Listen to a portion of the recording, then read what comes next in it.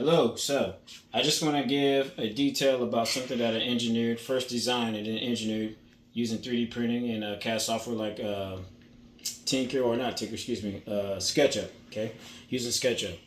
At the basis, when it comes to engineering at its basis is making life more convenient via by design and constructing things, okay? So from design, I made this and I constructed something, right? So it may not be making our life more convenient, however, it is solving a problem. So when it comes to engineering, it's all about constructing something via design and building it, and then solving the problem. This is the problem that we had. Okay? If you notice here in our shower tub, now I apologize, it's a little dirty. Come on in, see if you can see that. If you notice behind our faucet, when we first moved into this house, we had to cut the pipe and repipe it. If you go in close right here, as you can see, down here at the pipe, okay, as you can see, right there, if you notice that, we got a shark bite. Okay, sorry it's a little out of focus, but we have a shark bite, which is this little area right there, right? Shark bite that I had to use to attach it to the pipe.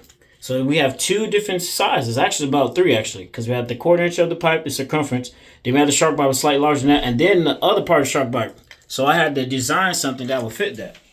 Okay, so I'm going to take this off so you can see exactly what I'm talking about.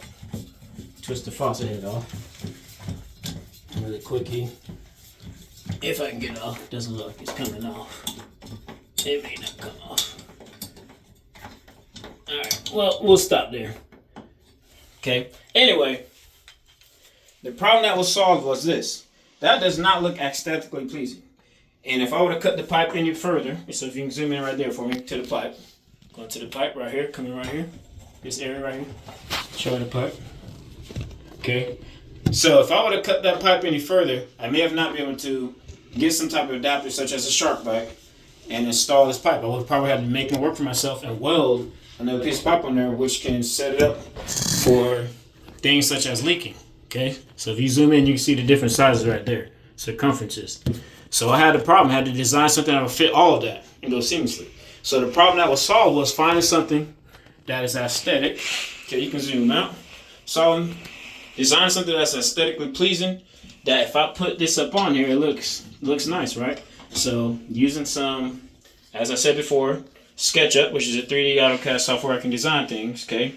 And then I use some white filament, PLA white filament, all right?